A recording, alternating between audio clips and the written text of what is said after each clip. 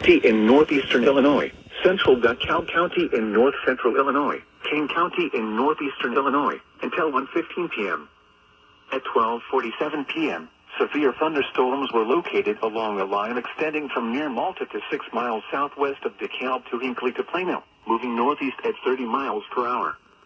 Hazard, golf ball size hail and 70 miles per hour wind gusts. Source, radar indicated. Impact, people and animals outdoors will be injured.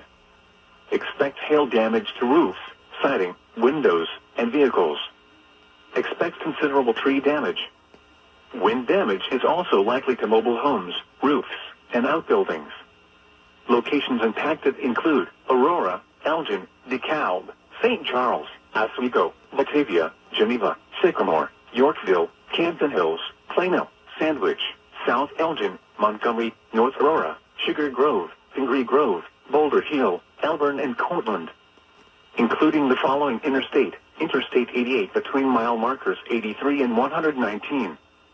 This includes Northern Illinois University, Sandwich Fairgrounds, Aurora University, Illinois Math and Science Academy, and Waubonsee Community College. For your protection, move to an interior room on the lowest floor of a building.